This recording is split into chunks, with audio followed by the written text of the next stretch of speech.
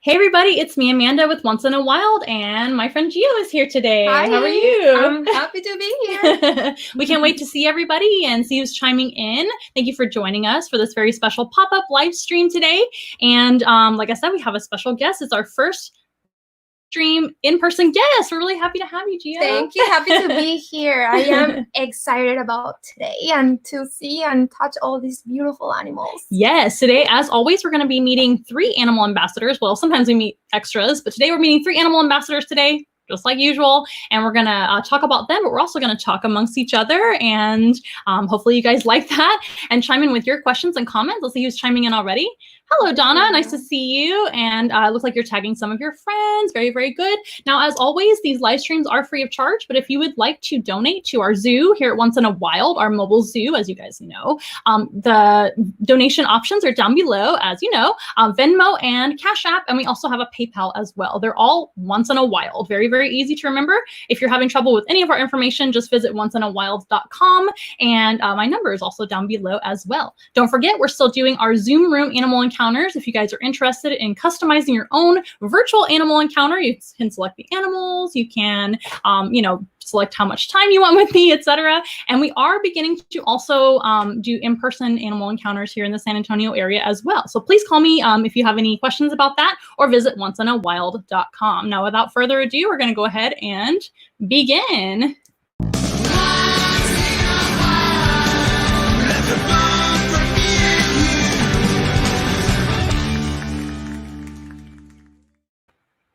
Okay, yeah, and we can see dancing. Very, very good. Well, once again, thank you for everybody joining us on this random day that we're doing our live stream, and thank you for chiming in, of course, as always, and all of our friends, family, and followers are always much appreciated. Yes. And like I said, we have a special guest here today. Why don't you introduce yourself and tell us a little bit about what you do? Thank you, love. Well, I'm Gio DiZurita, and if you don't know me, I'm a local artist here in San Antonio.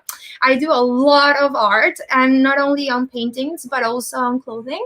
If you want to see what I do, you can go to my Instagram on gio.dizurita or dizurita.com. I paint a lot of animals because they inspire me a lot.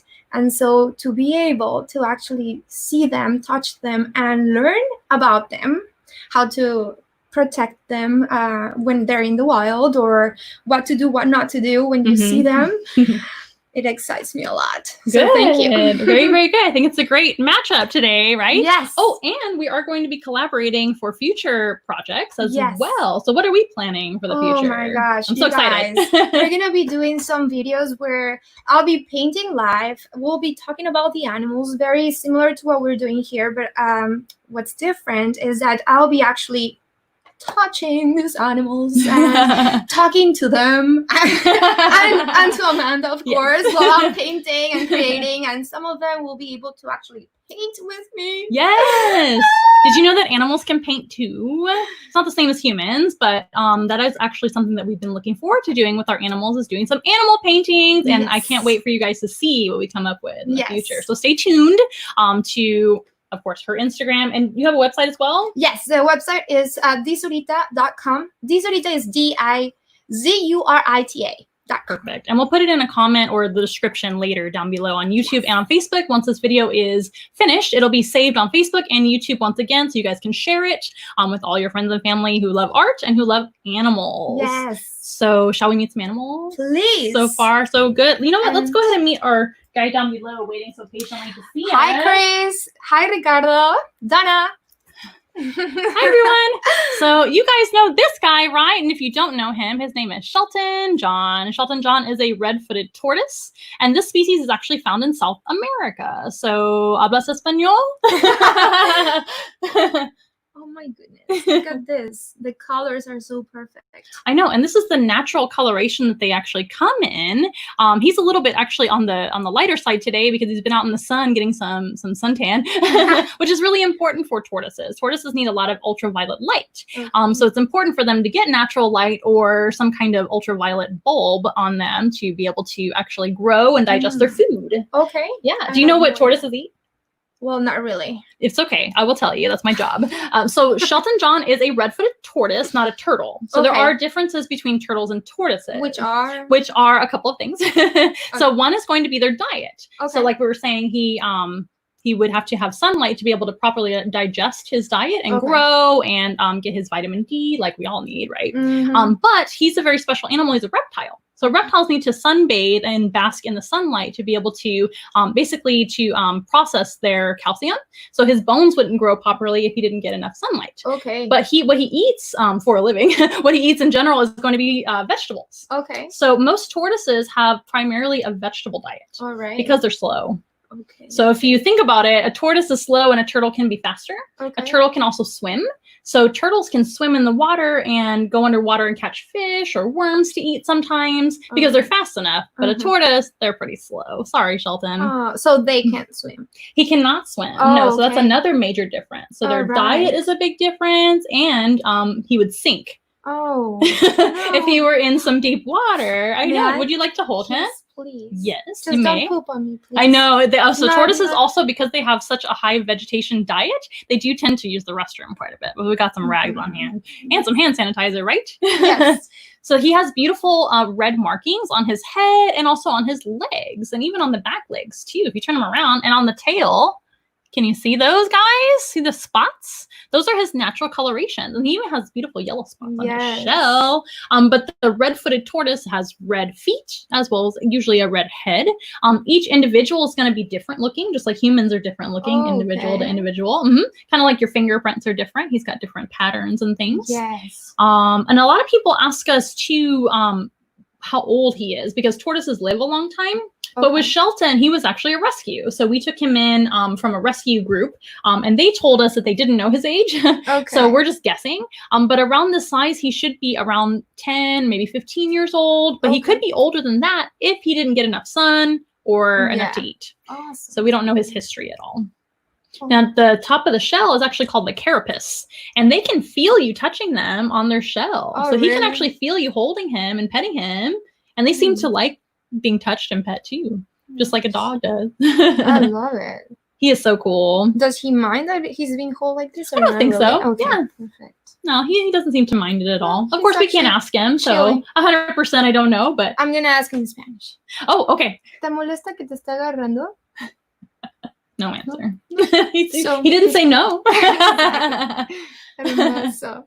So cute. So sometimes you'll catch them kind of like scratching themselves. So they'll walk up to like a rock or a tree or something like that and scratch their shell on their back. And so that's how we know they can feel. And plus they do react sometimes when they're just walking around. They'll follow us around and get scratches. Wow. And they'll kind of And they always have the same shell. Always. They don't change like like cartoons. I wasn't sure what you meant for a hot second. No, it's because I mean it sounds stupid, but sometimes it's a question that we see it in cartoons or movies. Very true. As if they were just a little house and they can just move and move to another one, but not. So some of the old cartoons and new cartoons too, they have, it's almost like clothing where he takes it off, right? It's not true. So this is part of his body. So his spine is actually fused into the shell there. So it's called kind of one with the shell. The shell itself is going to be keratin, just like your fingernail. And underneath there is a layer of bone, but right underneath that and connected to it is the spine and all the ribs. So it's kind of like just a big backbone that's protecting him. And the same thing with the bottom shell is it's part of his body as well. So it will grow with him rather. And just like any reptile, they have to shed their skin to grow. And even the shell will actually flake pieces of skin when they grow. Isn't that interesting? That is amazing. But they do that pretty slowly, and they don't shed often like other reptiles do, because they grow slow, like everything else they do. Let's see what questions we have in from our guest. Why don't you hold him? You're doing such a good job. Yes. So is this your first tortoise to handle and hold? Yes. It is. It is. She's doing so good, you guys. Okay, let's see. Who's chiming in? Hello, Donna, of course. Chris, hello. Nice to see you. She's saying hello to you. Hi, how you doing? Hi, Justin. And Justin as well. Do you know Justin Vasquez? He's a good friend of mine. Of course. You Let me see the picture. I'm so good with faces, but sometimes names.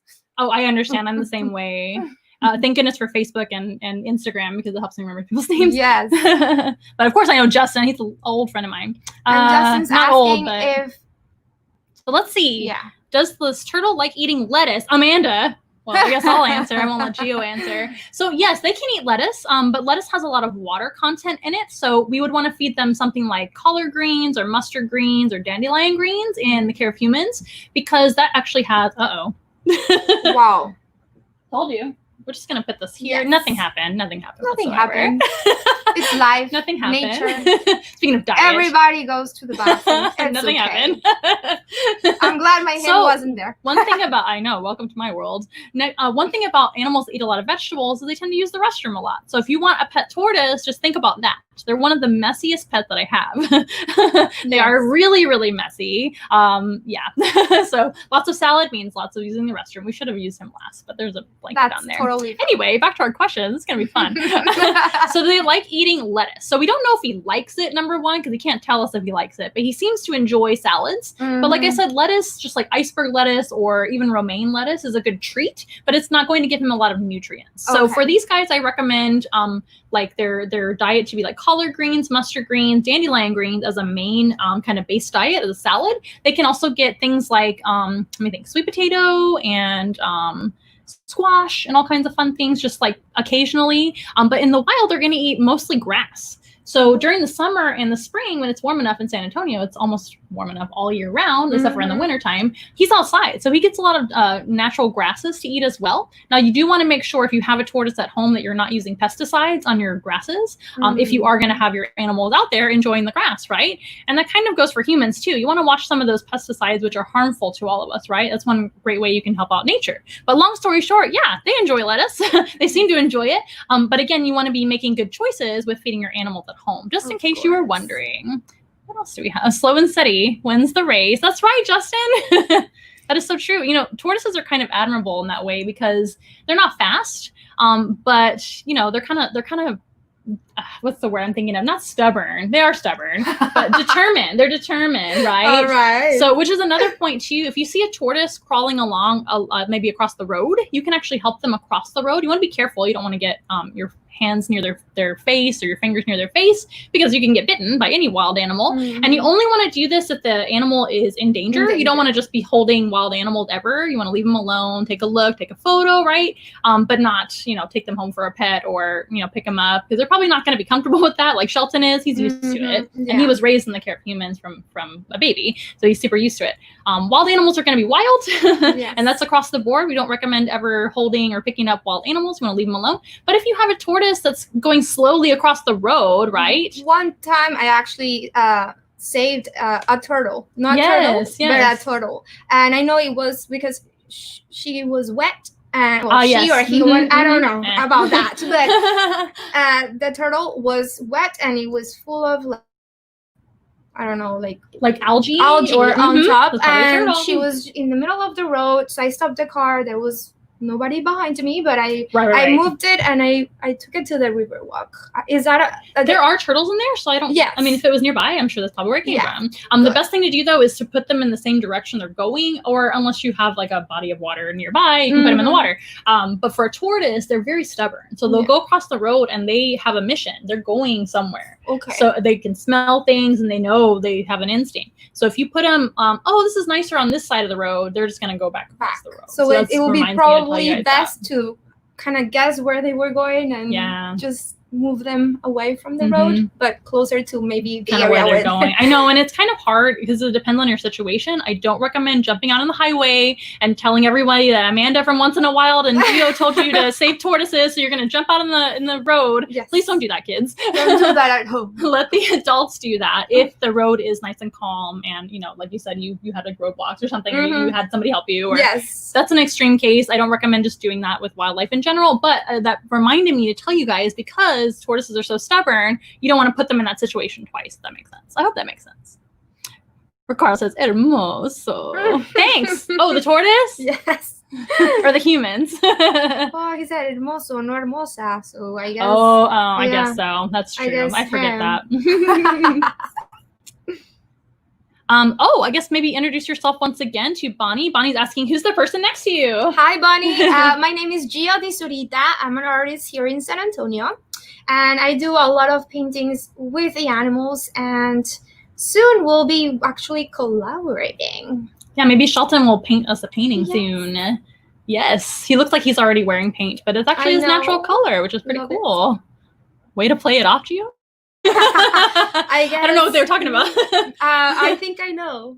The little incident, maybe? The incident. Nothing happened. Oh, it was funny. You're doing great. It happens to everybody. So, do you have any questions? Other questions about the tortoise? Well, I guess so far.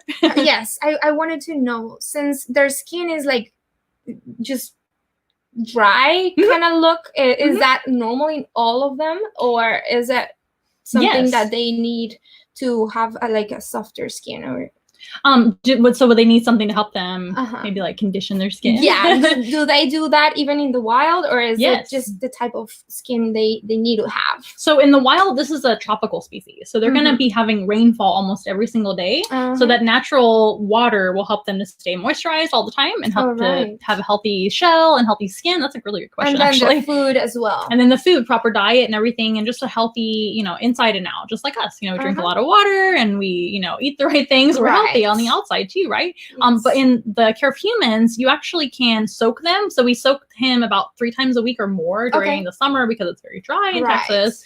This is not a desert species, so they don't do well in a super dry climate. I'm out there using the water hose almost every single day to give them like some rain. If it doesn't rain, if it rains, great. That's I don't have to water, my tortoise that day or the plants, just like people that have plants.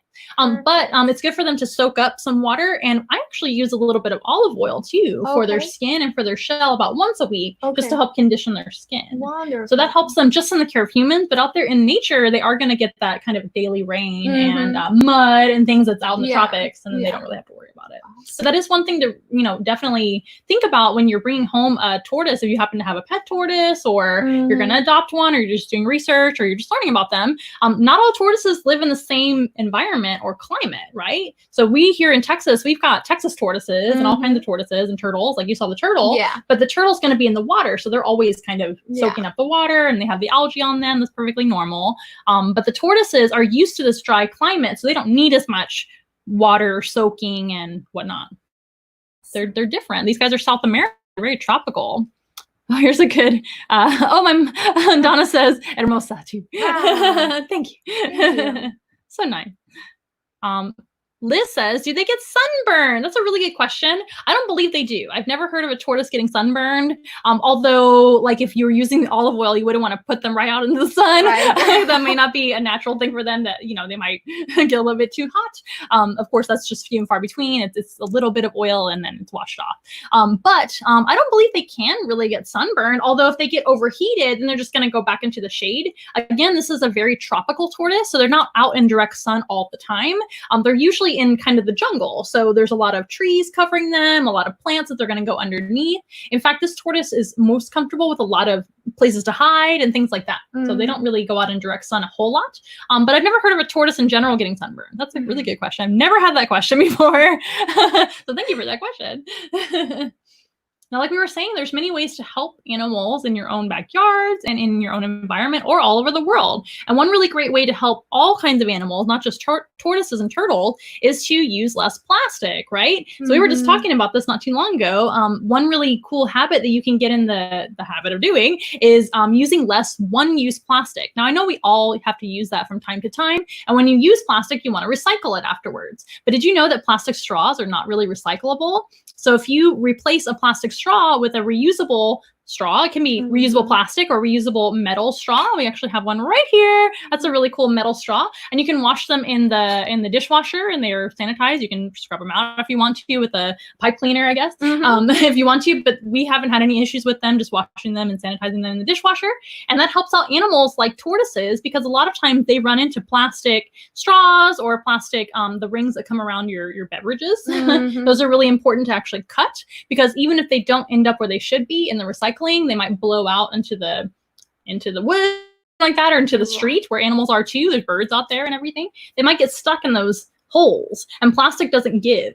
So if the animal gets stuck, they can't get out, and they might grow into it. It's awful. So one really cool habit you can get into, and it's really helpful, is plastic bags, plastic straws, and plastic water bottles. So using less of those and more reusable items. So yeah. Well, thank you for your time. Oh, he's so sweet. Luckily, this is not an Yes. endangered species. A lot of people ask me that as that's well. Good. But there are many species that are similar to the red-footed tortoise, which are endangered, unfortunately. So there's a close relative of these guys that lives all the way over in Madagascar. So these guys live in South America. But there's one called the radiated tortoise that lives in Madagascar, kind of on the other side of the world in the African continent, right?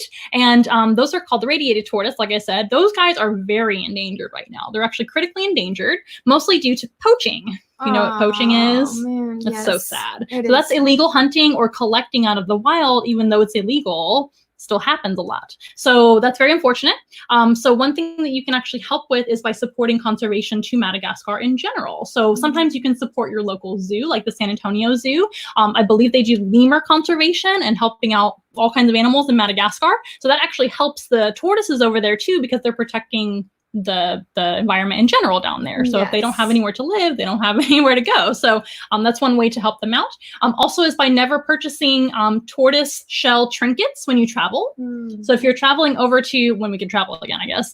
I don't know who's traveling right now, but yeah, things are different right now. I'm just kidding. You can travel. No, I mean, I used to travel all the time, but I go to Africa, go to India, wherever, go there. It's great. It's wonderful. But when you're purchasing your souvenirs, you want to make sure they're an ethical souvenir. Right. So wood items are fine usually, as long as it's sustainable wood items. It's usually fine in other countries.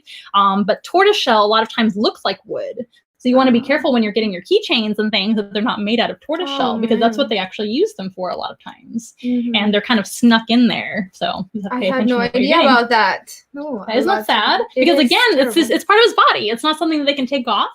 A lot of people are misled all over the world saying, oh, elephant ivory, it just grows back, or tortoiseshell, it's fine, they can just grow it back. It's not true. It's not true. They die. Once exactly. this happens, they're dead. Exactly. Oh, I know, isn't that awful? It is. But that's why we do. I know, don't cry. That's why we do what we do. We want to educate you guys. It's really, really important to us. And tortoises are wonderful animals. Almost everybody loves tortoises, right? Yes. We want to protect them.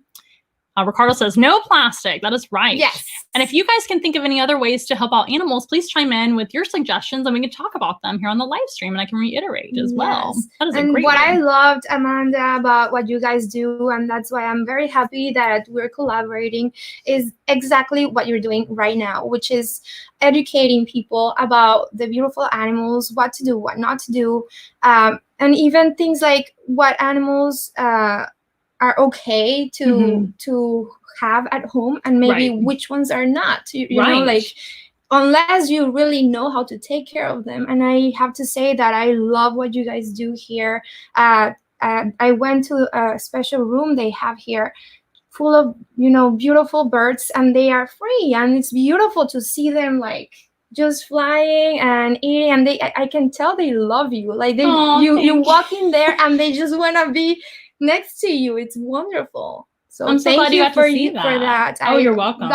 I felt like in a movie. Aww. Yes. Yes. So we one thing we didn't bring any birds today, so sorry about that. But there are many other videos with Pikachu. You guys know Pikachu, our cockatiel, who comes on here all the time because she's such a good bird. Yes. But we do have our cockatiels and our doves, and we don't clip their wings. So we let them to fly because that's actually their natural locomotion and getting around, and it makes them so happy, I think, or at least they seem to be happy, to be able to move around naturally and, just kind of go where they want to go within reason. Of course, we have them in the house so they're safe. But but like you said, where they're not confined and they're not clipping their wings. So I'm glad you noticed that. Yes, it's wonderful. And Shelton lives outside in the grass where he can run around. Yeah, he visited my art house. He which did. soon will be open, and I'll let you know all about that, guys. And he was enjoying my backyard. I could tell. He did. A few animals came over, right? Yes. We'll let Shelton rest, but tell us about the animals that came over the other day. So we had it's not a rabbit. Is it a rabbit, or he is a rabbit? It has a special name. No, he's a rabbit. He's a Flemish giant rabbit. You guys have met Sandor before, those of you that have seen us before. Yes. And if not, we have a rabbit named Sandor, a big rabbit. Big, I'm telling you, big, beautiful rabbit. And we also had, help me with the name, because I don't remember how you say it. It's 80, so I think in Spanish. So a hedgehog. Hedgehog, yeah. I was practicing that in earlier, and I was like, that word, I just can't. They were fantastic, but I could feel them even like 3 days after. Oh, really? Yeah, I was like, whoa, but it was wonderful. I'm glad that I got to actually grab them. That's an animal a lot of times that people do want for a pet, that I tend to tell people, hey, go have an experience with one first to make sure you're comfortable with holding them, because they're sharp. Yeah. I mean, Shelton has a shell, but it's not gonna, harm you if you touch it. But the hedgehog, I mean, they do have those spines. Right, and they might not really enjoy the person's company. Right. I think it also has to do with personality of each animal. It does. So, I mean, it's interesting for people that are out there just wanting something cool. Right. Well, think about it, because you might not click with the animal too, and they might not want that, Absolutely. So we have to think about their feelings. You want to, exactly. These animals, they're not toys. I do want to do a segment or a live stream talking about how animals are not toys. I think that's really important to me. A lot of people impulse buy animals, which I mean, can be a good thing if you are going to do the right thing and take good care of them and everything else. But most people, when they impulse buy anything, there's buyer's remorse afterwards, because like, what have I done? I didn't do all my research, and now I have this living animal to take care of. So that's a really good point. Yeah, and like the hedgehog, oh, and put him down. Bye, Shelton. Bye. He did a wonderful job. Don't worry, we have more animals. And we'll just leave that there, I suppose. And I was trying to say is, a lot of people, they think they're cute, and so they want one, but that might not necessarily be right for the animal or right for them. Right. So that's one thing we'd love to educate you on. If you are just determined to have your hedgehog and you're all about hedgehogs, do your research, spend some time around them first, make sure you're meeting all of their needs and that you're okay with having them for the rest of their life. And what about space for them? Like, that's a good question. So it depends on the animal. Of course, we have so many animals to talk about, but the hedgehogs don't need a ton of space, but they do need some space. Right. And many of the cages and enclosures that you see in the stores are not big enough for most animals. Okay, yeah. So that's another thing I tried to educate. I did a live stream not too long ago about pet birds and how a lot of the bird cages are way too small. Yeah. Or they don't get enough time out of their cage. You know what I mean? So yeah, that's why I love that rule.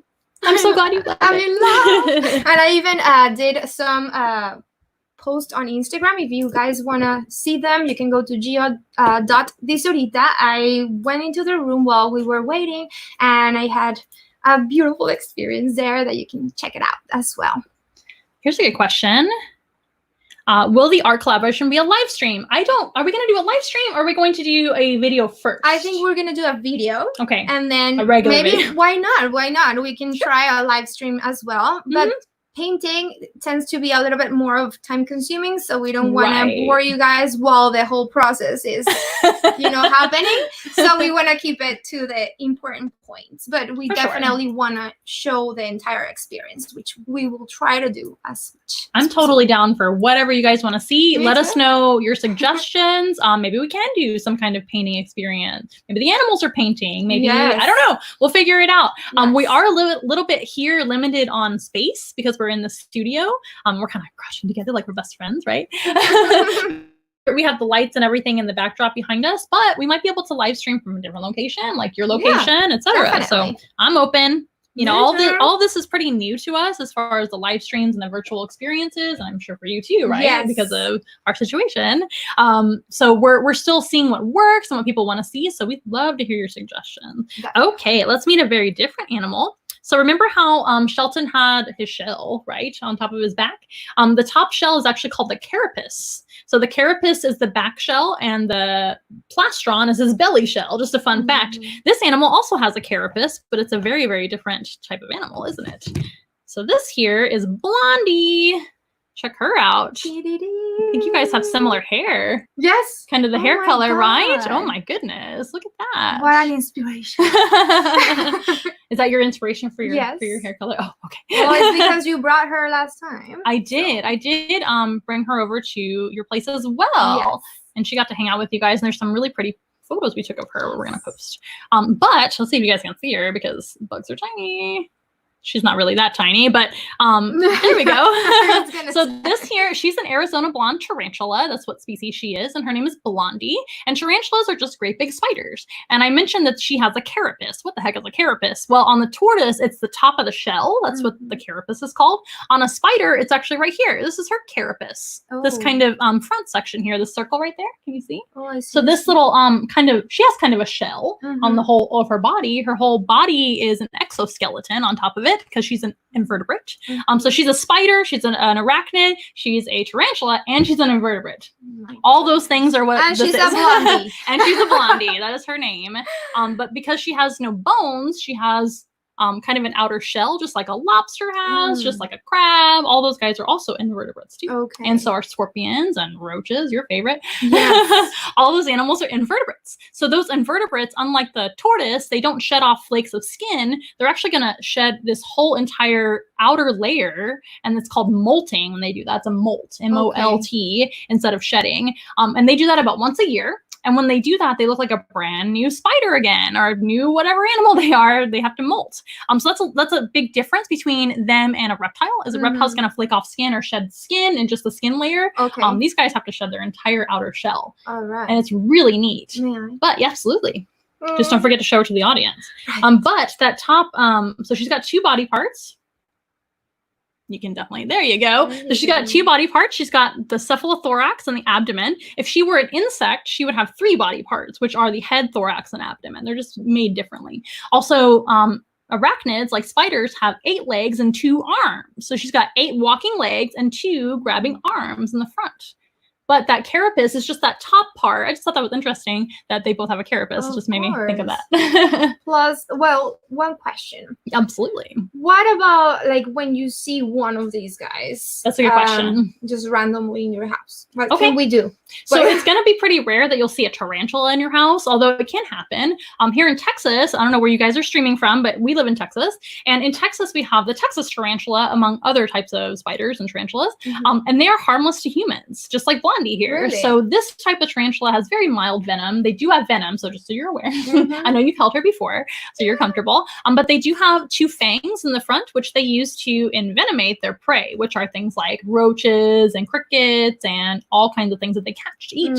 But they have to use their venom, which is kind of a poison, but it's a venom because it's injected. Okay. So the difference between poison and venom is poison is usually ingested.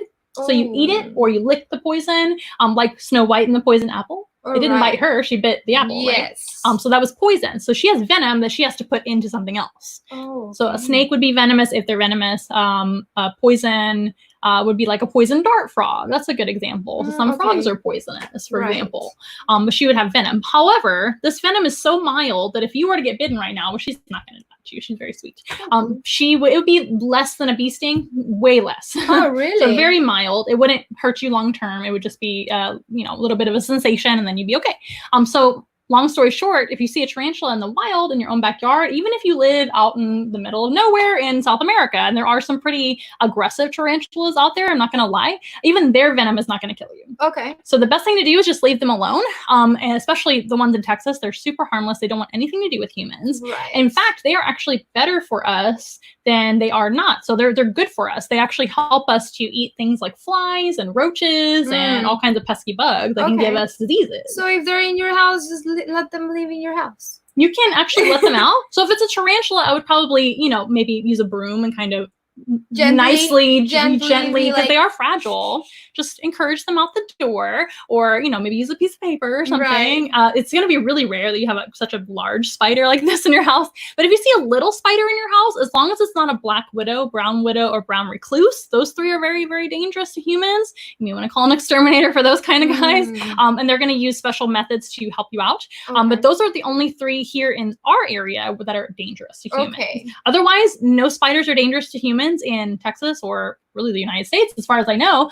So they're really helpful. So you can either shoo them outside if you just don't care for spiders. That's okay. Don't kill them, but let them outside. Or a jumping spider in your house is perfectly harmless. They won't hurt you at all. Have you ever seen a jumping spider? No. They're super tiny. You probably have, and you just didn't know what you were looking at. They're super tiny. They're like the size of your fingernail, and they're really smart. And they just jump?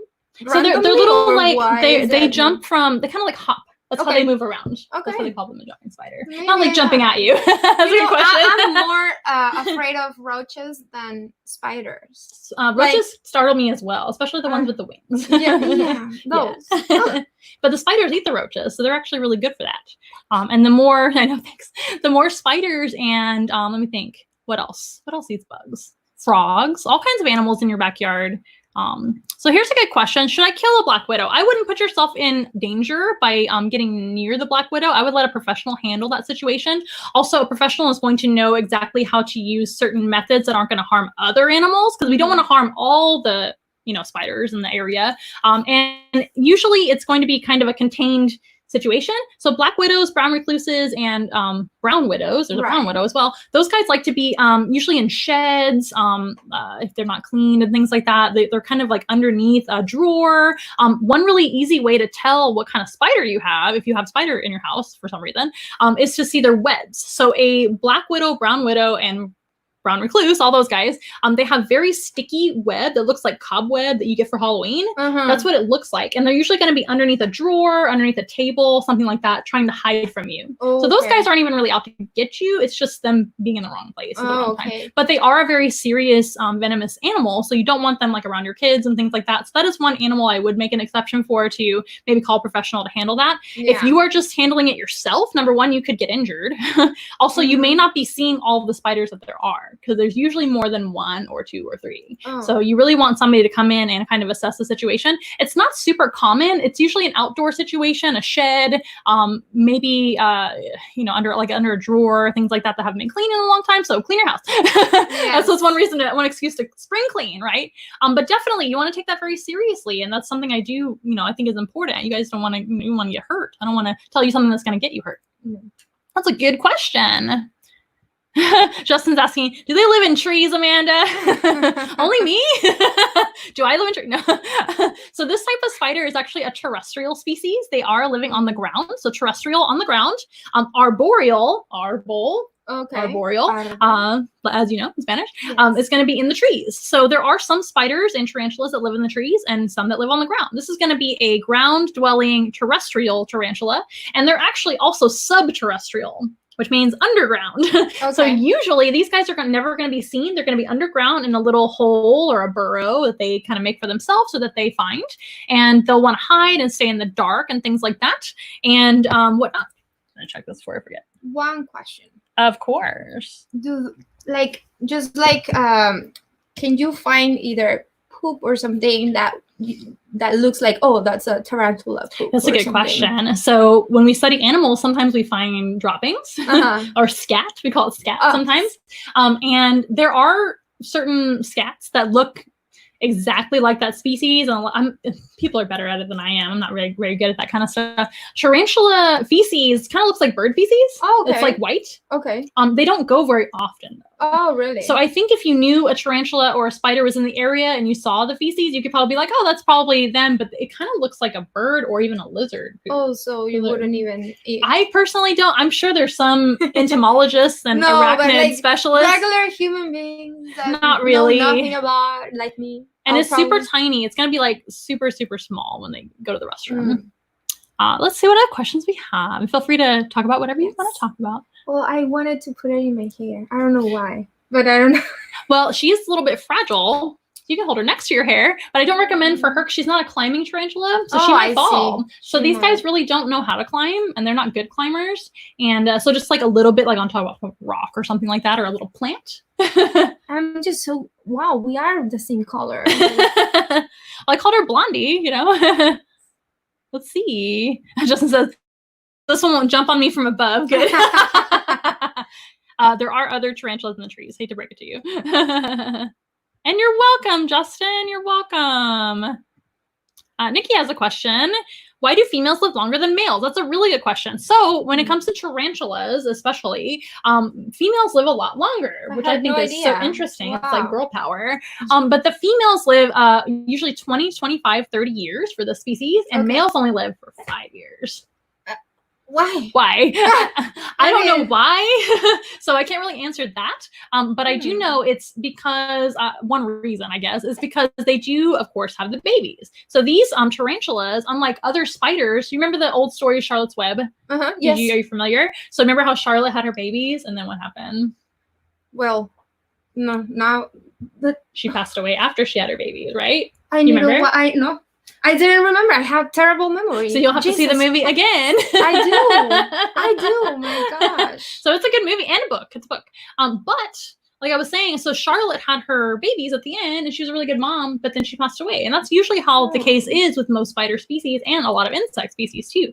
But for tarantulas, they live a long time. And I mean, one reason is so they can have many, many babies, so that they can procreate their species and whatnot, right?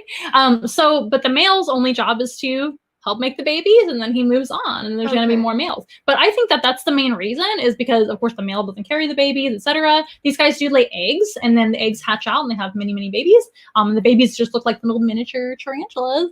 But now, yes, the females live longer. Is it the tarantula that eats the male? Or which no, one they is it? they can if they're really hungry, but not like during mating. Okay. So what you're thinking of is a praying mantis.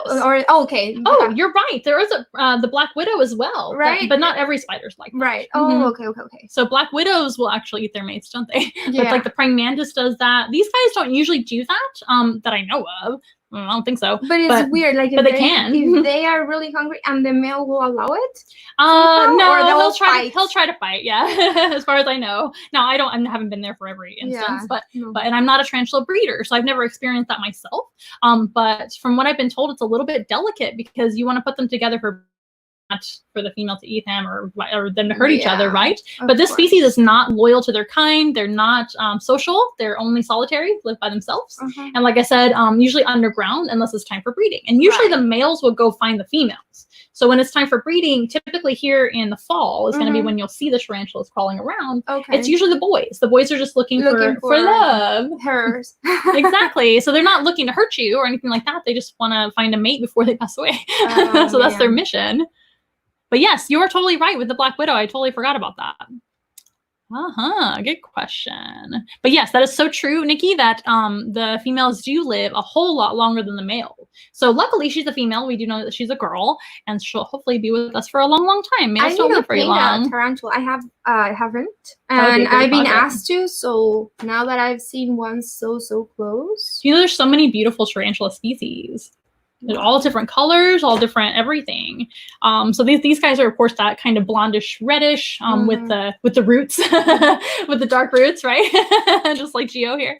But there are tarantulas that are like rainbow colors, blue, all kinds of colors. And is it same thing like when they have wild colors? They're a little bit more. Like you need to be a little bit more afraid of them? Ooh, that's a good question. Not really with tarantulas, although there are some brightly colored tarantulas that are a little bit more toxic. But again, tarantulas are not deadly to people. They're deadly to their food, like bugs, and maybe to each other, like we said, but not to people. So that's not really a good rule of thumb, I would say, with tarantulas. But that is an excellent question. And even with like the tortoise, he's bright colored, but not dangerous. But like frogs and things like that, that's kind of like you have to watch for. Absolutely.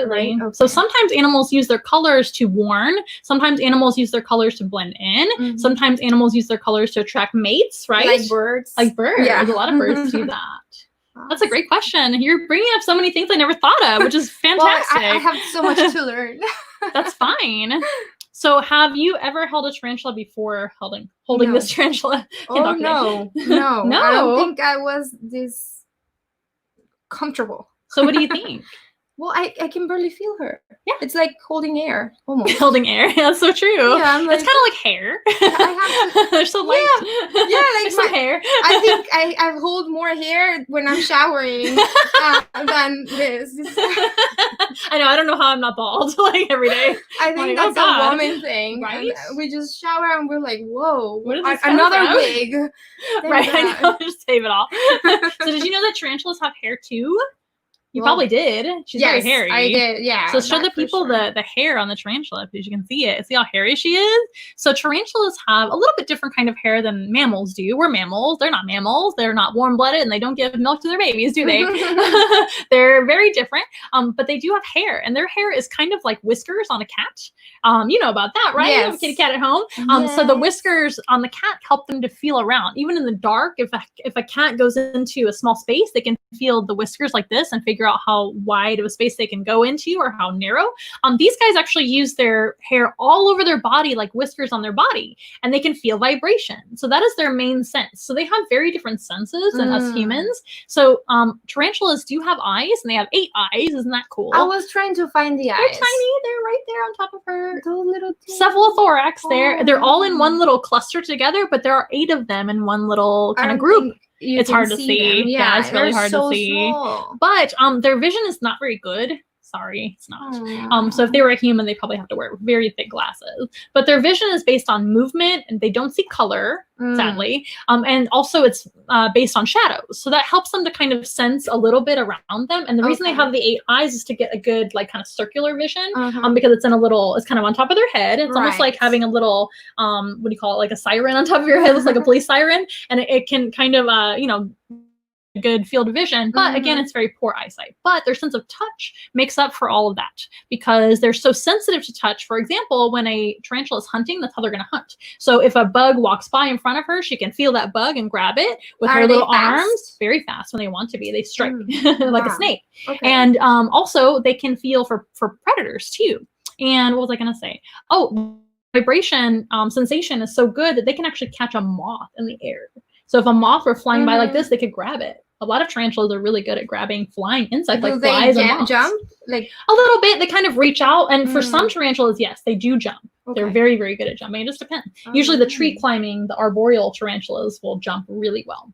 This one, not so much, but they're an ambush predator. So they're going to stay inside of a hole, wait for something to walk by and grab it as they walk by. Okay. So, and they don't have to eat very, very often, not every day for sure. They typically eat about once a month in the wild.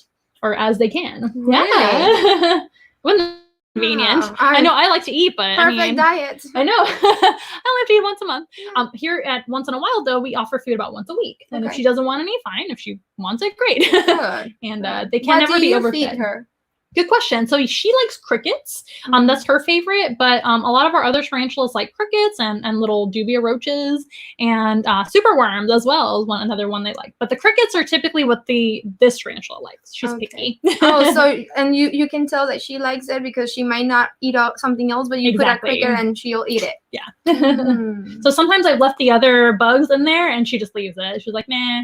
I don't feel I mean, they can wait, but isn't that interesting how they're all individuals, though? Even a spider is an individual. It's so interesting.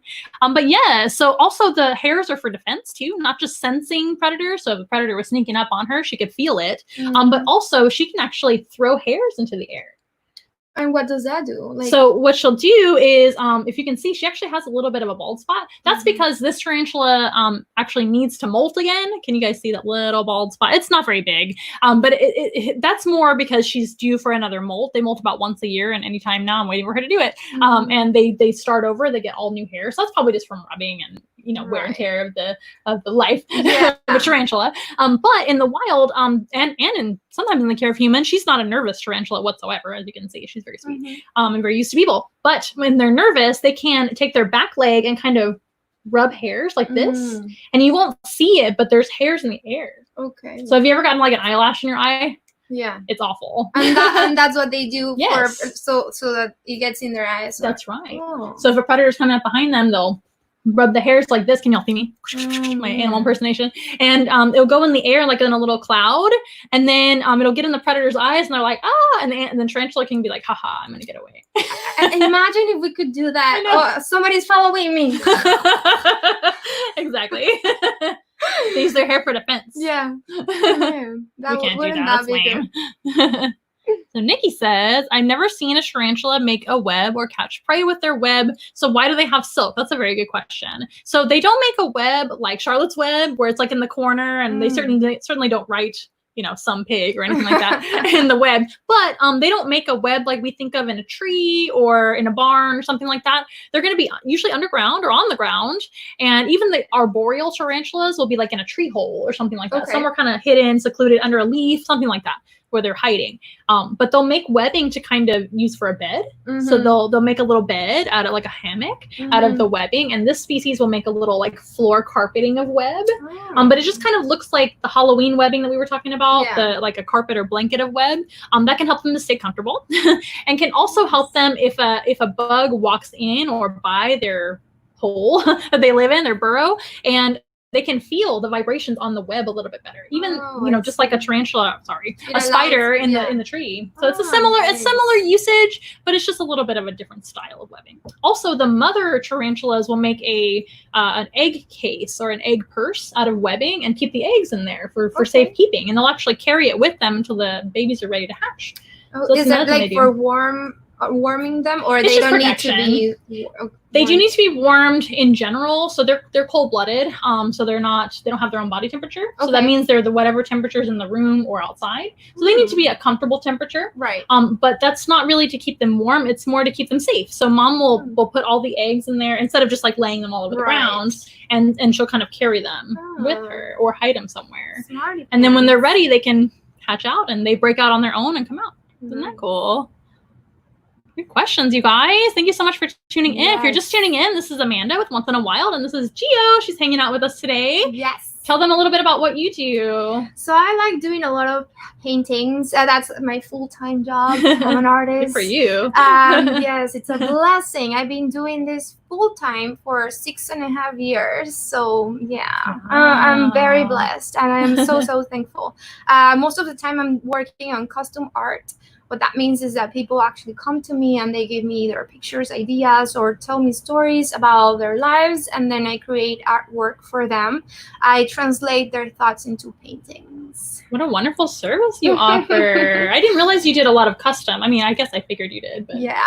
Now tell me about when you worked with the San Antonio Zoo. Did you help them out one time? I feel like I remember. Yes, I actually go there on the weekends. Right now, of course, times are different. But I like to say I'm part of their family too. Okay. So I go and I paint the animals live, and then we donate percentage back to the zoo, and I let little kids interact with my paintings. Sometimes they also paint. Oh, that's great. I do little videos here and there. Also just to be around the animals. But yes, they've been wonderful to me. So hi, family. Yes, hi San Antonio Zoo. I used to work out there as well, so I kind of miss it right now. But I was just wondering because I remember seeing some paintings there, or there was a show and I was just walking through as a guest or whatever. So I do pop-ups there. That's great. Weekends mostly, and events that they do like the zoo ball and things like that. I do donations as well of my artwork where they can use their paintings so that they can raise money. And what a great thing to help out is your local zoo, right? Yes. So if you guys don't know, your local zoo and aquarium, they do a lot of conservation work for animals, and they protect animals, and they have animals in their facility, which are ambassadors for their species, just like Blondie, right? So if you have an ambassador example, like this tarantula, this beautiful tarantula that we can talk about, it helps people to understand them better because they're seeing a live animal up close, and there's nothing really like that. So that's what we do here at Once in a Wild, but it's really important for you guys, especially nowadays, once it's safe and everything else is obviously your choice, but even supporting or donating to your local zoo or aquarium is really helpful because they're relying on your ticket sales and their memberships and all kinds of donations to keep going, to keep feeding the animal. Because anybody in the animal field does not do it for the money. We don't make a lot of money. Same thing with artists, right? Yes. It's kind of an interesting similar field because we do it because we love it, right? Yes, exactly. So it's just something cool to bring up is to support your local zoo or aquarium. Just love to talk about that. So who has any question? Hi, Bonnie. Glad you love the tortoise. 3 tortoises. It's good to see everybody on here. Well, let's go ahead and switch animals again. We have one more animal to me that you've never met before. So let me help you with Blondie here. She is such a good and nice, sweet animal and a good tarantula animal ambassador, don't you think? Yes, she behaves too well. I know, she's so good, which is why I like to bring her along. Okay, Blondie, good job. So I'm going to skip away really fast and give you guys just a short break. I'll be right back, I promise, but I'm just going to check my camera's timer and we'll be right back with you guys.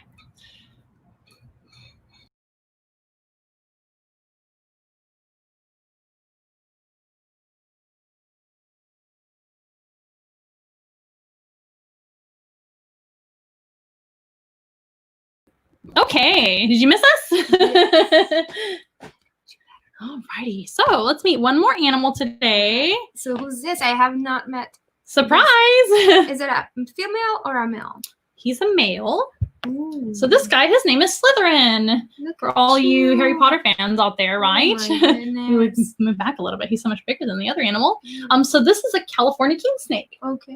And this is their natural coloration. They would be in the wild as well. So all three of these animals are the natural coloration they would be. It's not always the case with our animal ambassadors because sometimes they're like Pikachu. She's yellow. She's not that gray coloration. So sometimes animals in the care of humans are different colors, just like dogs and cats are. Right. But he is a natural colored California king snake. Make sure he's in frame there. There we go. And his name is Slytherin. Slytherin was actually a donation animal to us. Somebody gave him to us. And he came with that name. So I appreciated that because I'm a big Harry Potter fan. And we kept the name. But Slytherin is a local species to California. They're only found in California. Oh, really? And their coloration is very unique, right? It's kind of a black and white or brown and white. He's very sweet. Yes. These guys are called the king snake for a very specific reason. Mhm. Do you want to guess what that is? That reason is? King. Oh, man. King snake. King snake. You can think about it if you want to, but the coloration is actually for defense. Okay. So he doesn't really blend in, does he? So he doesn't blend into grass. Right. He doesn't really blend into rocks. And then king. So, I And mean. then king. They're two different reasons. So there are many different species of king snakes. So I don't want to confuse you too much. Okay. King snakes look all different, but they're all kind of a slender snake like this. But they all have a similar something they eat. That's why they call them the king snake. What do Yes, I know. Humans. I'm just kidding. Oh, No, he can't eat humans. He's too small. Does he like grow more, or this is pretty much as big as? That's a good question. So with reptiles, they never really stop growing, but once they reach an adult size, they slow down. And he's an adult already. He is an adult. Okay. So he's not going to get much bigger than this. So curious. these guys out in the wild, they're going to be found in like wooded areas, along coastal beach areas, etc. And their coloration, like I said, is for defense. So it's kind of a surprise coloration. Mm-hmm. So if you saw this banding in kind of black and white, he's kind of brown, but black and white-ish banding coloration, that's usually going to mean danger. So to another animal, he looks dangerous, but he's not, unless he's their food, right? Yeah. Because he's definitely carnivore. So snakes are carnivores, just like spiders are. Tortoises are not carnivores or herbivores. But snakes don't eat salad, right? They eat other animals. But he is going to have predators too. Okay. So being a smaller species like this, as you might imagine, especially as a baby snake, he's going to need to have some protection. Right. He doesn't have much protection other than to look scary. Okay. So no fangs or... No, he doesn't really have any fangs. He does have teeth, but they're pretty small. Okay. The teeth of a non-venomous snake are pretty much like Velcro. So like the ball pythons that you met the other day, same thing. They have teeth, but they're not much to speak of. They just have a lot of tiny teeth. Okay. But they can grab on and hold, and then they eat. Right. But a snake with fangs that's venomous, like a rattlesnake, for example, they're going to have long fangs, just like the tarantula has, to be able to inject venom. You're welcome to touch him. Here, I'll try to hold him for you, and maybe you can help me. There you go. Oh, there you go. But this snake eats something very specific, but they also eat a lot of things. So I'll go ahead and tell you what they eat. So out in the wild, not here at Once in a Wild. So here Once in a Wild with me, he does eat pretty much nothing but mice. He's kind of picky about it. He's an older gentleman. He's at least 15, and we think he might be older than that. And this species can live into their 20s, so he's not like by any means at the end of his lifespan. But he is not a young snake anymore, so he's kind of set in his ways. So we just let him eat whatever he wants. So he likes mice. Other than that, he's not very picky. He just likes them. But what I was going to say is on the wild, they're going to eat things like mice, rats. They'll eat birds. They'll eat lizards. Rats also? Yeah, small ones. Oh, okay, okay. I was like... Yeah, they will eat. So when rats are born, they're small. Okay. So a baby rat. But mostly mice. So rodents is what I should have said. Rodents. Other mammals too. Lizards, frogs. They might eat frogs as well. Fish, eggs, and snakes. Other species or their own as well? Either. Oh, wow. Yep, just like the tarantula Yeah.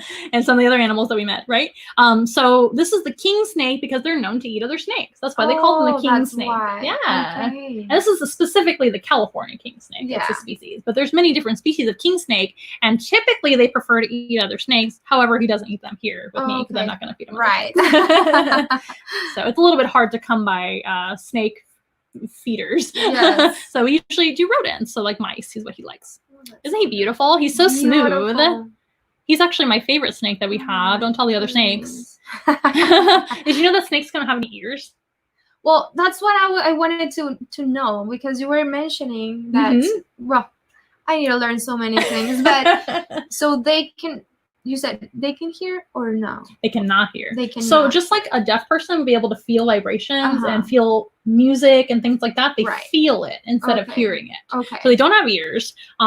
Some people think they can hear a little bit, but I tend to not think that because they don't seem to ever hear me when I'm in the room or anything like that. But they can feel like your footsteps. They can feel vibrations for sure. Right. And we're always learning about animals, of course, and he can't tell us. But what about vision? Vision is pretty poor, just like the tarantula, but he can see decently and better than the tarantula, I would say, but still based on shadows and movement and no color vision. All right. But the tortoise has good color vision, though.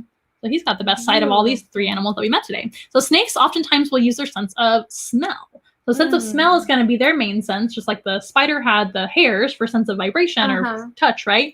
The tortoise, I would say, probably smell and sight is their best two senses. And the snake is definitely a sense of smell. Now, snakes smell totally differently than humans. So we smell with our nose, right? I mean, obviously. Right. But they don't. They do have nostrils for breathing. He's got little nostrils there on the front of his nose. There they are, the little nose holes, nostrils. And but he does have a really special tongue. You might have seen snakes before that have a forked tongue. So they stick their tongue out a lot and they bring it back in very quickly. And he is gathering smells on his tongue, bringing them into his mouth and rubbing them on the roof of his mouth. Okay. And on the roof of his mouth, he's got a special organ that we don't have. It's called the Jacobson's organ. Okay. Very, very specific to a lot of animals, but especially snakes and animals that use a sense of smell a lot. So that's going to give his brain information. Okay. So the organ is on the roof of the mouth, but it directly goes to the brain and tells him about the world around him. So imagine a blind person. They probably have a heightened sense of smell too, but they usually use a cane, right, to get around in the city. So that's kind of like his way of feeling around or sensing around. He can feel too, but also the smell. The smell is going to be his way to kind of see the world. Right. Now, when somebody's wearing perfume, yes, what do they do? Is it they're curious or they get kind of like I've never seen one. That's a good question. I've never seen one like react negatively towards perfume. They're mainly using their sense of smell to figure out what's going on around them. I think perfume would be maybe a little confusing, but they don't see. I've never seen one. Because I did that's a good question. In one occasion, I had perfume, but I forgot, and I was holding a beautiful snake, and she came like this, but I was nervous because she was kind of like curious. And they said, you know, are you wearing perfume? And I was like, yeah, I didn't think about it. And I don't know, I got nervous. Maybe it depends on the perfume. Maybe they smell different things that we can't smell, just like animals do, that smell pheromones and things. So who knows? True. But it's usually going to be to find food. Finding food, just figuring out what's going on around him right now, because he's just, what's happening? But he's such a calm, nice snake. But that is kind of their way of seeing. Just like humans, our best sense is usually our vision. You know, that's kind of the way they see. Although they can see too, so they just see the world totally differently than we do. Isn't that cool? They also don't blink. They have no eyelids. Oh my god, that's true. I've never noticed that. Like the tortoise can blink. He blinks a lot. The snake has a clear scale over their eyes, so they don't need to blink. So it's protected by the scale. Oh, okay. So it doesn't get dry like our eyes. That's right. That's right. It's forever moisturized. And an added bonus is they can go underwater and look around with their goggles. That they have. All the snakes can swim? They can. Usually, yes. Not all snakes like to swim. Okay. One of the funniest things is to watch a rattlesnake swim. They absolutely hate swimming. They kind of like skitter across the water and they're like, let me get out of here. But many snakes do like the water. Okay. But most of them can just swim. They usually just slither across the water. Right. Oh, that's a good question too. But I love him. I love his marking. I think California king snakes are one of my favorite I would love to paint him. I need to paint him. Yes. And he could probably paint too. Ooh. Oh, Ricardo says, I really want to see your commercial. Are you talking about our commercial for Once in a Wild? I mean, I do have a commercial. I can show you guys later. Let's see. And Chris is saying hi with, King Snake. Yes, King Snake. Yes. Very, very good. Chris is a very good photographer and friend of mine. Oh, too. very good. Nice to meet you. Thank you for tuning in. Hopefully you can watch another live stream of ours. And of course, whenever we're collaborating again. But just to let you guys know, for once in a while, we do live stream every Wednesday right now at 3:30 p.m. And if you can't make that showtime, you can watch it when it's done. We always save the show too. So Nikki says, I know that the snake is non-venomous, but is he impervious to other snake venom? That is a good question. Yes. This type of snake can eat things like rattlesnakes and copperheads and cottonmouths with no problems. Wow. So they are not really affected by the venom of other snakes. So that's part of their natural diet. Like now we don't know. Or what is it about it? I don't know. I don't know why. I think that's just the way they are. They're just not affected by the venom. And I don't know if it's building up an immunity. Maybe you guys can answer that question for me. Some of you more advanced herpetologists. But we do know that they do eat those animals on a regular basis. So they don't seem to be affected by the venom at all, because those other animals will defend themselves and they can still keep eating them. Right. Hello, Richard. Nice to see you on this random time. He's usually here for our other live stream. Very good follower of ours. All right. Slytherin is just beautiful. You want to hold him? Yes, please. I think you're doing fine. You got most of it. Yes. Hi. Yeah, he is so pretty. I love it. What else can we talk about? Well, when you were mentioning the type of paint that we will use for them is non-toxic. That's right. Yeah, very important. I mean, that people know that they'll be safe. Everything that's right. Once in a while do, they educate me so that we can do this. And it's safe for the animals. That's a very good point. Yes, we always try to keep the animal safety in mind, even with our in-person programs. So when we bring animals to you, we bring our zoo to you often, and hopefully we can meet you guys in person someday with a party or what else do we do? Animal therapy. I'm drawing a blank. All kinds of things. But we always keep the animal safety in mind and your safety in mind. It's never an experience where you're going to be in danger, right? Yes, right. I mean, no, you're fine. We're not going to hand you an animal that's going to be in any danger towards a human or anything like that. He looks beautiful on you. Yes. He is so gentle. Love him. Nikki says, what are the king snake's defense systems? So since he doesn't really have large teeth, he doesn't have any claws, he doesn't make any noise, right? Maybe a little hiss here and there. Their main defense is going to be that coloration. So hopefully animals will just leave him alone altogether. So he would, in nature, animals see this coloration and they think, black and white is not a normal coloration that I see every day. So that must mean something dangerous, potentially. So normally they're just going to leave him alone. But he could bite for defense, although he doesn't have teeth, etc. And he might do something that Shelton did earlier, maybe poop on predators too. They do kind of have stinky poop, although they don't poop very often. Oh, I was like, so if it happens, sorry, but but it shouldn't, because they don't use the restroom very often. A snake doesn't eat every day. They usually eat about once a week as well. Okay. Oh, nice. But yeah, so that would be his defense, is just to basically show that coloration and say, stay away from me. And hopefully that happens. His favorite food? Mice. Mice. Yeah. So adult mice is what he usually eats. Usually it's 2 mice for feeding, and he eats about once a week, more or less. Here's a good question. Is this snake from the same family as the indigo snake, which also eats rattlesnakes? They are in a different family group, but they are similar in their behavior, right? So an indigo snake is a great big colubrid snake. This is also a colubrid. So colubrids are king snakes, rat snakes, milk snakes, corn snakes, all those guys that are kind of like a different slender bodied snake. So not vipers, not boa constrictors, not any kind of constrictor. Colubrids are like the other guys. So slender bodied, kind of like the leftover snakes, if you will. But an indigo snake is one of the largest colubrids in the United States. A beautiful, beautiful snake, one of my favorites. And they do eat other snakes, but they're in a different family group than the king snake. King snakes are in a different grouping. That's a good question. Richard says, I got pooped on by a chicken snake once. Yes, they do go to the bathroom, especially the wild ones. So wild animals, like we were saying before, you don't want to go out into your backyard or into the woods when you're camping or traveling and pick up a snake that's wild. Please don't do that. First of all, it might be a dangerous snake and you might harm the snake on accident, or it might be afraid of you. So we want to leave wildlife alone. Slytherin is a good gentleman. He's been around people his whole life, and he's very sweet, and he's a good animal ambassador that's trained, right? Same thing with the tarantula and the tortoise. We want to leave wildlife wildlife alone, to be wild.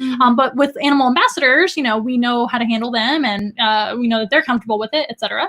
But if you pick up a snake in the wild, they might poop on you or bite you, or any animal for that matter. I mean, you wouldn't go hold any animal in the wild, like a raccoon or something. Right. They're probably going to attack you, right? Definitely. Definitely leave them alone, please. Oh, here's a question. Nikki says, why are females in the snake family bigger than the males? That's not always the case. So most snakes are actually bigger if they're female, kind of like the tarantula too. Tarantulas are also larger and live longer. With snakes, they don't live longer, but most snake species tend to be larger on the females. But that's not every snake. So this species wouldn't be like that. Typically, they're about the same exact size. Males might even be a little bigger. It also depends on their age as well. It's complicated. But for boa constrictors, pythons, and vipers and things like that, the females are a lot bigger, and that's usually due to the fact that they carry the babies. So they need to have a lot of body weight to be able to survive after giving birth in the wild. I see. So in the wild, they're fending for themselves. They have to find their own food, and when they're pregnant, they usually don't eat for a while during their pregnancy. They kind of like hide because they're vulnerable. So they're hiding. They're trying to protect themselves, and they'll eat until they're pregnant. And they get pregnant, they wait, they don't eat, and they have to survive after giving birth. They're going to lose a lot of weight. So usually animals that are bigger, females, I'm trying to think of another example. Sharks. Sharks are like this. Sharks females are typically much larger than males because they have babies and the males don't. Right. But not all snakes are like that, but a lot of them are. And that's why. It's because they have the babies and the males don't. I have a question. Of course. What kind of animals we should not touch? Because I know there's some animals that just by, I don't know if it's the sweat in our skin or something, that if you grab them, they either their moms won't come and take care of them. I see what you're saying. Or like they might be in danger because of our juices. That's a good question. There's a whole lot of animals that we could discuss. For amphibians. Amphibians are really, you don't want to touch them because our oil in our skin, not the sweat. I guess it could be sweat too. I mean, we sweat out all kinds of things. Right. But it's the oil in our skin, and even like your perfume, your hairspray, your perfume, your makeup might hurt them, because amphibians like frogs and salamanders and stuff, they have very, very absorbent skin. So they will absorb all those potentially poisonous things that we're putting on them. So it's really important when you're out in your backyard not to pick up frogs, because a lot of people go out and their kids want to pick up frogs, and there's nothing wrong with that. If you're interested, I'm glad you guys are interested in nature, but you really want to admire them from a distance. Don't pick them up, because you're putting oils on their skin, and the frog might absorb some of your oil and get sick. So that's not good for them. Also, a frog is another animal that will pee and poop on you when they get scared, and that is one of their defenses. Most frogs don't have any teeth, so they hop away, or they'll pee and poop on their predators, and then usually the predator will let them go. But if you're picking them up and they release that, they're not going to have that defense like the very next time when real predator picks them up. Exactly. So, but I think you're talking about maybe like baby birds, and things like that. Is that true? It's not. Oh, it's not. So when you see a baby bird that's abandoned, if it really is abandoned and needs help, you can actually help that bird. You can put him back in the nest. You can bring him to a wildlife rehabilitation center or some kind of professional, veterinarian, something like that. Most birds can't smell at all. So that is a myth. So with baby birds, most of the time, and even if they can smell, they'll take their babies back. So people that breed birds actually handle baby birds all the time and put them right back, and they take care of their babies just fine. So that's kind of a myth. Although again, you know, you don't want to be picking up wildlife unless they're in danger, like with the tortoise we talked about, or the baby bird that needs help. Most baby birds that have feathers are just fine. They're just learning how to fly. But sometimes if you find a baby bird that's fallen and it doesn't have feathers, or it just can't fly at all, that's when you kind of need to make sure that they're okay. Yeah, or if you know, like they're trying to fly, but there's like a cat around here, you can pick them up and like save it. If you, very good. That's a very good question. I'm glad you brought that up. Well, there's so many things to talk about. Yes, and before the end of the program, because I have a cat, and I didn't know this, but you guys told me about it. Yeah, tell everybody what you learned. So Cookie's my cat, and she loves going out, but apparently it's a bad habit to allow other cats just to go run around, because they eat a lot of the birds, and they sometimes even endangered species, right. right? Yeah, cats are actually one of the most harmful species across the entire world. Because if you think about it, a lot of people have cats all over the world and they let them out, or they let them out and they turn wild. Wild. Yeah. They act wild. And cats are one of those animals that actually will hunt for fun. Yeah, they don't even eat it or need it. They just, I'll kill it. I know. And then bring it to your door. And they'll go after snakes, they'll go after birds, they'll go after lizards. They don't really hunt as many mice as people think. Yeah. So a lot of times mice are very smart. And mice will outsmart the cats and they'll get away from them. So a lot of people are under the misconception that you should have cats outside to take care of your mice problem, but they're not really doing much for the mice. The best thing to do for mice is have natural predators like owls and snakes. So snakes help us out with mice. So that's one reason to just leave them alone. Please don't kill snakes. I know a lot of people are scared of them, but they are 100% safe if you don't touch them. Yeah, and you were saying to use a water hose. If you have them in your backyard, you just throw a little water and they'll be like, okay, bye. And that will guide them away. That's instead of doing something terrible to them. That's so right. I'm so glad you brought that up too. No, I'm learning. Yes, it's so good to know. I have bad memory, but some stuff, they do stick. No, you don't have a bad memory. You're fine. I think you remembered a lot. Thank you. So Alejandro's joining in. Hello, Ale. Hi. How long a snake can live, and why do they change their skin? So we talked about this a little bit with some of the other reptiles. They do shed their skin to grow. So because they're reptiles, that's one feature of all reptiles: snakes, lizards, turtles and tortoises. I can't talk today. I know in Spanish it's the same word. Yes, tortuga. It's the same thing. So all of those guys and crocodiles and alligators, they all shed their skin to grow. So just like we have to change our clothes when we're kids and we change clothes because we grow out of our clothes, they grow out of their skin. So that's what they have to do to grow. That top layer of skin, or the epidermis layer, will actually kind of turn, like we were talking about before, they turn kind of an opaque, clouded, and then it turns dry and they take it off like a sock and then they can have a brand new epidermis layer and they look like a brand new animal. And Slytherin just shed. I should have brought some sheds and I'll show her later. But I brought them on the show before to show you guys. But that's what they do. And as far as his life expectancy, all species are different, but most snakes live anywhere from, I would say, 15 to 30. This species of snake can live usually in their mid-20s or so. Okay. So he potentially could live a long time with us, which is great. We don't know his age either because he was donated, but as an adult. But I think he's around 15, something like that. Good question. Here's a good question. Esperanza's asking, can they smell human fear, or can they just sense it, or they just don't? That's a good question. It's not really sensing fear. I think in a way it is, but if you think about it, if an animal is hunting this animal, they're going to act a certain way. So again, a cat, the cat's going like this, they're probably going to be kind of nervous about that, or maybe your body language if you're not comfortable with them. It also really depends on the snake or the animal in general. Every animal has their own personality. Right. Some animals are very tolerant to, just like a dog. So some dogs are very tolerant to anyone and everyone. Kids jump all over them and squeeze them and love them. Some dogs don't like that. So I wouldn't go hug a strange dog if you don't know that, or cat, right? Or anything. Especially cats. Especially cats. Yes. They're little divas. Yes, they are. I know. And sometimes you won't know what they're going to do. So a lot of times it just depends. It depends on their personality. But as far as like smelling or sensing fear itself, I would say no. That's really kind of a myth. But animals have good instincts to be able to tell kind of what's going on in their situation. But it all depends. It also depends on what they're used to. If he was a wild king snake, he'd probably be really angry at us right now for picking him up and disturbing him, right? So it really doesn't matter. One thing we love to do is to get people over their fears of animals.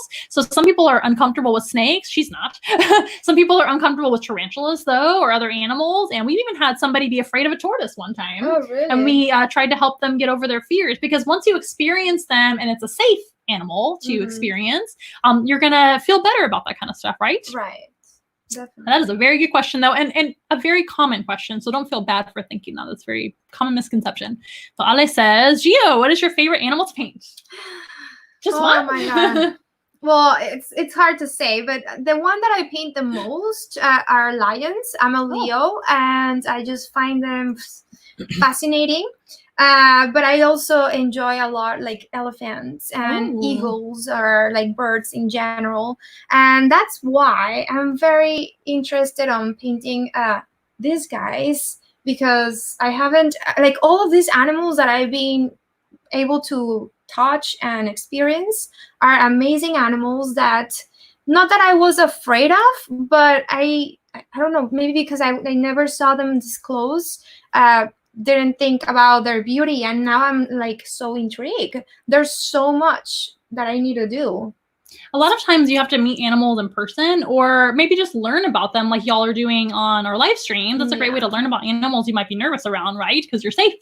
And she's safe too. But just saying, you're totally safe from your computer or your phone or your iPad. But sometimes just seeing and touching and smelling and experiencing these animals will help you fall in love with them. Yes. And even a common animal like maybe a rabbit that people see all the time or they think they see all the time, you can still learn so much about them. Or even a cat at home. You can learn so much about your cat, right? Such a good point. But yeah, she paints so many animals. I'm sure she has a hard time picking. I don't think I could pick either. No. Nikki says, why do some snakes like the king snake have round pupils, but other snakes have slitted pupils? That's a great question. A why answer, I don't know if there's a why, but that is a misconception that venomous snakes only have the slitted pupils. Have you ever heard that myth before? No. So it's not true, so don't believe it. But the round pupils, he has round pupils, just like we do. But some snakes have cat-like pupils where they're like slitted like that, right? So it's just different species. But it is a myth that only venomous snakes have slitted pupils. Some of the most toxic snakes in the world are from like Australia and Africa, and those are all round pupiled snakes. Okay. And even here in the United States, there's a coral snake, which is kind of similar to a king snake, but this is not venomous. They kind of look like them, but they're red and black and yellow. You've probably seen them before, at least in a picture. Yes. Or at the zoo maybe. Those guys have round pupils too, so that's not a really good rule of thumb. The best way to learn what species are dangerous, number one, don't hurt any snakes. Just leave them all alone. Like she said, there's easy ways to deter them, like maybe call a professional, take a photo and identify the snake first by sending it to a professional like me. My number's down below. I do that all the time. People send me animal pictures all the time. What is this animal? And I say, it's this. That's an easy way to find out.